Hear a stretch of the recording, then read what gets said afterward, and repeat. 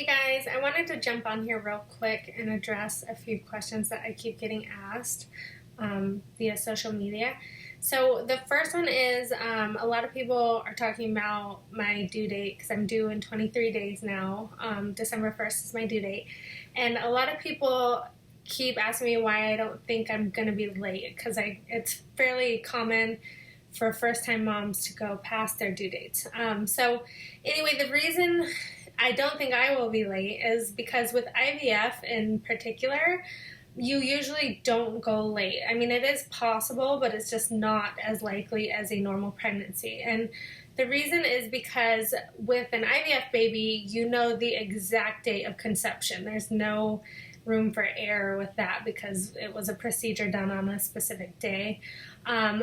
Typically, in normal pregnancies, the reason that women go late is because the estimated due date is actually incorrect. So they may not even be late. They were just given a due date that wasn't correct, and therefore they went a little longer because they might have conceived after the time period the doctor thought they did. So that is why I don't think I will go over my due date. I mean, again, it's possible, anything's possible, but the likelihood for an IVF baby is very small in comparison to the typical pregnancy for being late. So with that being said, my husband thinks that I will be having him pretty soon, within the next 2 weeks, and my dad texted me last night saying that he thought I would be 2 weeks early like my mom was with most of us, which means next week. So it's a little scary, but we'll see. Another thing that I keep getting asked about, mostly via Snapchat, is if I'm scared of toxoplasmosis. And what that is it's a bacterial disease that you can get a lot of times from cat feces and also undercooked food. And people ask me because obviously I have a cat who's constantly in my face on my Snapchat and doing crazy things, but no, I'm not at all afraid of toxoplasmosis.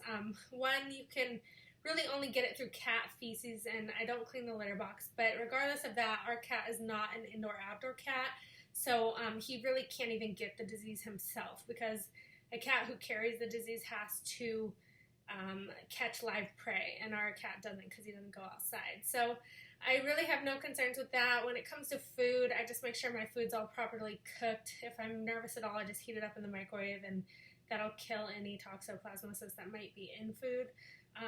So I really don't have any fears in that regard. Another question that I am kind of being asked or people are commenting about is a birth plan. And right now, I don't have a very specific birth plan. I know what I would like to see happen. But I also know that expectations usually get crushed with deliveries, so I'm not trying to be super specific in terms of a birth plan. I would like to have him naturally if I can. I'm not at all saying that I absolutely will not have an epidural, but I want to see how far I can go without one. So that is part of my plan. I do not want to be induced, and I do not want a C-section. Obviously, things sometimes you cannot control, and it just goes that route, and I realize that. But induction, I'm trying to stay as far away from as possible for personal reasons. I don't believe induction is necessary most of the time unless there's a medical need. I just think that the Pitocin that they give you causes your contractions to be much more intense and the pain to be worse, which usually leads you to wanting the epidural, and I just don't want to go that route. So if I can help it, I don't want to be induced. I don't want a C-section at all, and I'm hoping that's not the case. But again, I'm just being open-minded about what can happen so that I'm not setting expectations that are unrealistic either. So that's kind of the only plan I have at this point. I'll try to go as long as I can naturally and see what happens, but we'll see.